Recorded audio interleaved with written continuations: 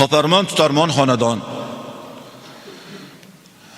Uylari katta, ulovlarda yurishadi, boshqa qilishadi. Omadligisini bersin. Ammo hayotligisida o'zgarish bo'lib qoldi. Ardoqlar bolam deb o'stirgan eng erkatoy bolalari beo'xshov chiqdi. Alloh asrasin bunaqa holatdan. Juda katta tashvish bu. Shu bolam deb yurgan farzandlari otalariga shunday bir muomala qildi.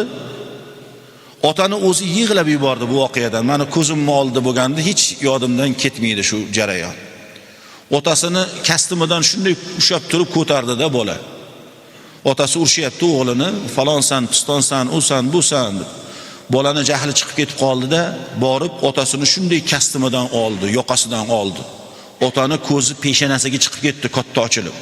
Bolasidan kutmadi. Shunday ko'zimizni oldida otasini shunday ko'tardi, devorga qadab ko'tardi, devorga tirab turib. Ota tinmasdan yig'layapti, faqat tinmaydi. O'zimda ayb. U bolasi yerga qo'ygandan keyin ham hech narsa demadi. Yig'lab o'tirib qoldi. Siltalanib yig'layapti. O'zimda ayb.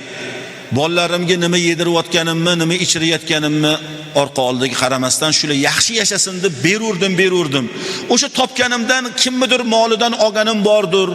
Harom luqma topib kelib bolalarimga yedirganim bordirki, Alloh meni shular bilan mana sinab qo'ydi deb Allohga istig'for aytib, yig'lab o'tirdilar.